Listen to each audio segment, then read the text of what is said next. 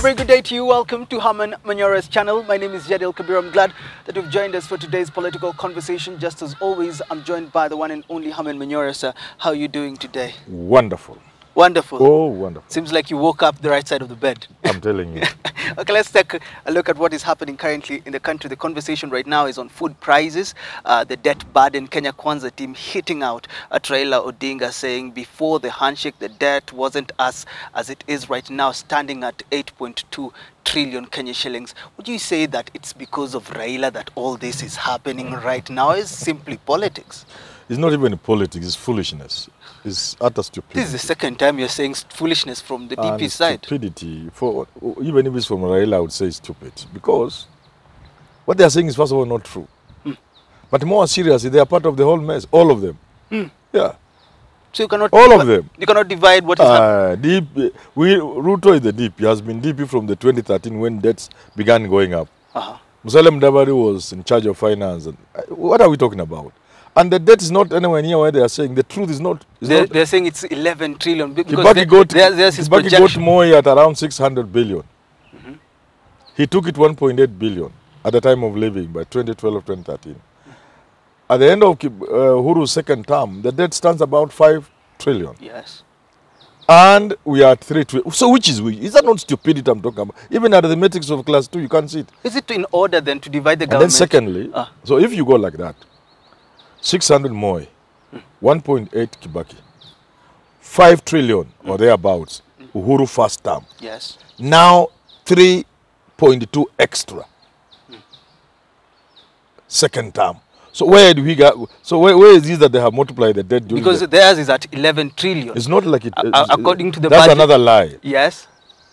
Where do you go for the figures? If you have a place to go, tell us so that we can also go there. In the absence of that, we can only go to the treasury.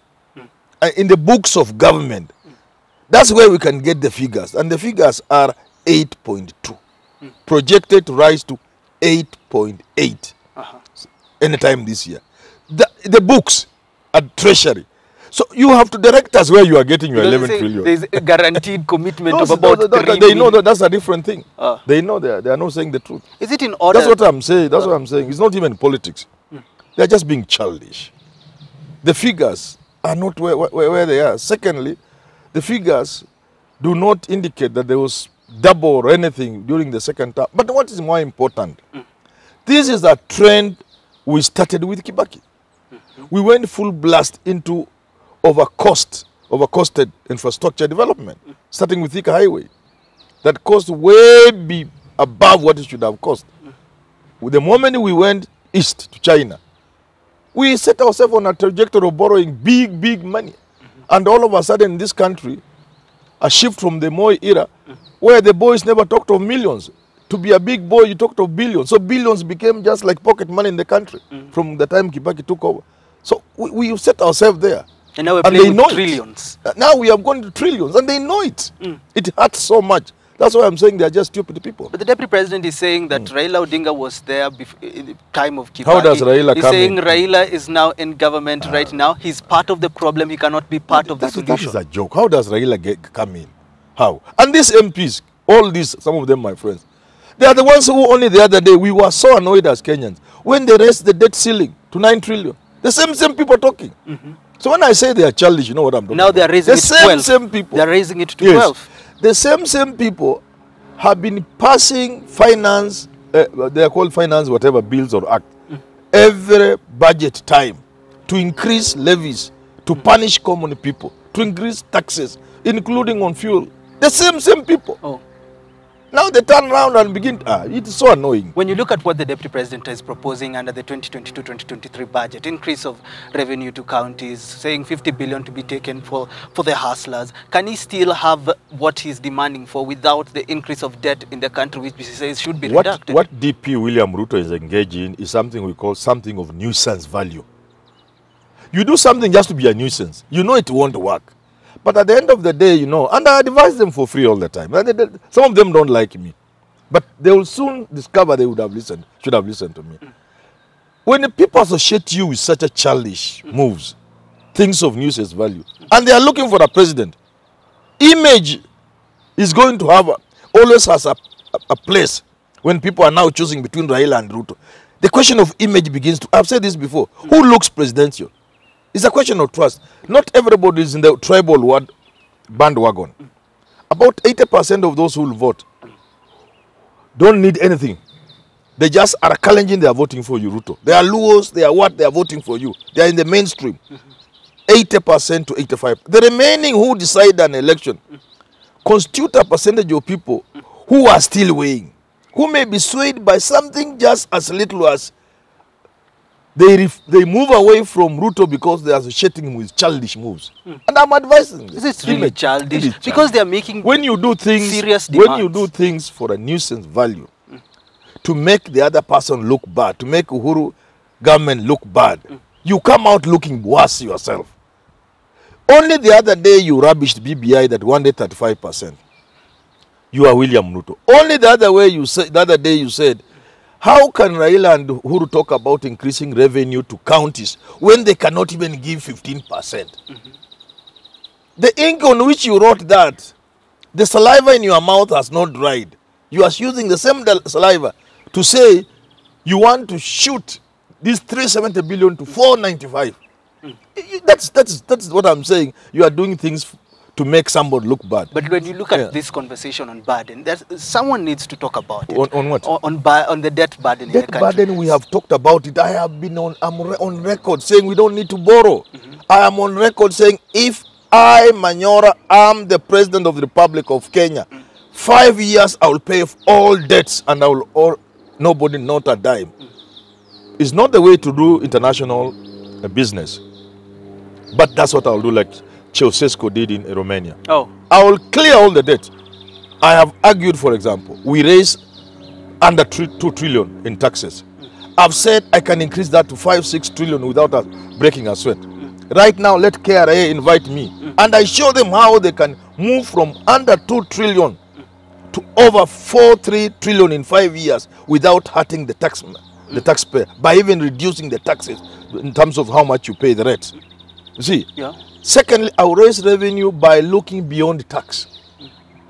We have resources we can exploit and make money without turning government into business. Is this conversation going to be what will build the elections this year? Because right now it's about the price of commodities. It is making people come out looking bad. They think they are gaining, but they are going to be smoked out. They will be called out. They will be told you are chairman of budget, Kimani Shugwa. You are the one who brought the bill, who supported the bill. You are standing there when Uhuru is signing that thing into law. DP Ruto, you are the one who chairs the intergovernmental forum on whatever it is council. Counties. Yes. Why haven't you ever raised this issue of money for 2 counties when you are the chair? Because you are the chairman. Why haven't you ever raised? So you are doing this for cheap publicity, and it will hurt them. And because government has a capacity to produce figures, correct figures, table correct facts, and convey the same in a political language.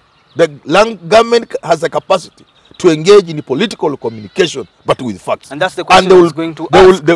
It will hurt. Will Raila be able to sell it the way Ruto is selling it on the ground? That's where they are wrong. They have the capacity, they have the resources, they can hire people. We are here, we can do it. But if they think they want to do it in a foolish way, let them continue. But government has the facts. Government has the facts on all these things. Even if you say you are saying you want to take 50 billion down there, government is taking much more than that already. Has been doing that for many years. You know it. You are part of government. Only the government is not presenting that information using political communication strategy. You know what I'm saying? You see, MP Fatuma Gedi was saying that Ruto's narrative is not selling anymore. And that's why he's looking for these narratives that can spark emotion. Would you agree with that? It is true, but I'm saying it is cheap. And it will hurt them. The problem with lies, anywhere, the problem with lies is like darkness and light. The moment you switch on lies, what happens? Darkness. Darkness disappears. So if you come up with a set of lies and you want to ride on lies, and people come up with the facts and the truth, not in the manner in which government is doing, or even for example, who is not doing anything to show people what Ruto is saying is not true in terms of like development. So first thing, they will need to come out and say, fine, we may have not done what we should have done, but please judge us on the basis of this little we have done. And then answer the question, is it true that we have done nothing the second term? That's number one. And number two, do so in a convincing way by employing what I'm calling political communication strategy. Yeah. Is this something that the deputy president wants to do? Once the president gets on the campaign trail, Yes. he comes and says, these are some of the things that you've left us with. That's why you did not perform as people expected you to perform, creating the narrative that the president has destroyed the country economically, and therefore, if he's supporting Raila Odinga will still continue with the same trend. That argument is standing on very weak legs. I'm telling you. All Uhuru Kenyatta needs to do is to share with the Kenyan people the facts. And they are there, they are glaring, except they are not sharing with the people. And anytime they attempt through that thing like government delivery portal, that's rubbish. Oh. It has to be political communication. Because your opponent is peddling lies, but he's peddling them using a political communication strategy. And it is working. So you must counter that by not just coming up with the facts, but by employing political communication strategy that you will use to dismantle all the lies and expose Mudavadi for what he is, and expose Ruto for what he is. That's possible. And we are here. And I'm not the only one. We are many. People who are willing to help. Of course. Political communication strategists. I'm here. I can destroy these guys in just 1 month. They will not even go to a platform. Do you think Raila Odinga is now trailing behind Ruto when you look at the way they are communicating? Right now, it is talk of food price, commodities, and how expensive. Yeah, what Ruto is trying to employ in communication is keeping your man reacting to what you are doing. It is the other side that has the resources to do that, but they are letting Ruto run away with it. So he comes up with something, and they will spend time reacting to it, dealing with it, like lower food prices. You'll have to deal with it, whether you like it or not. You will have to deal with it. You'll have to deal with it, whether you like it or not. Lower food prices. And time is going. By the time you sort out that, they come up with another thing. And before you know, elections are back. And that's why I'm saying they must look for communication experts. In an election, communication is everything. Communication is king. Without communication in an election, as hotly contested as this one, you are finished. Let's look at the scale now. You've said that Ruto is going to lose because, for you, according to you, it's foolishness what he's doing with regards to trying to scotch out the president, speaking about his budget. And now you're saying Raila is also failing on this other side of communication. Who will win, according to your skills? You see, the odds are against Ruto. When I look at the political map and the numbers, I am not seeing a way that favors Ruto to win the election. But remember, Ruto does not need to win an election. Raila only needs to lose that election. You've said that. That's it. Yeah. There is no way Ruto can win this election. Absolutely. No way Ruto can win this election. But he can end up in State House. Because Raila can lose it. And this is not doing what you expect Raila to do. One of them is not to react to what Ruto says. This thing of, I'm sorry I can call it rubbish, of lower food prices. Everybody knows the cost of living in this country is just terrible. We all know that. But we equally know who is responsible. It's our politicians, all of them. So Raila doesn't need to react. Every politician in this country is doing business with government in one way or the other. Every politician in this world cannot stand up and say, we will put the interest of Mwananchi at first. None of them. None of them. All these yapping politicians in UDA were in parliament when these laws to hurt the common man were being passed. The moment you touch fuel, ukiongeza bei ya mafuta, kila kitu naenda. Si hao watu walikuwa bunge wakipitisha. These people gave government the go ahead to increase debts. The same people. Now they are talking, they think we are children. We are not children. Let's rat it at that. Because it's a conversation that needs to continue, and a conversation that cannot end because it's simply politics, according to you. Politicians playing politics, becoming kiddish at some points. We do have these conversations again. Thank you so much for tuning in. My name is Jedel Kibera. Have yourself a lovely rest of your day.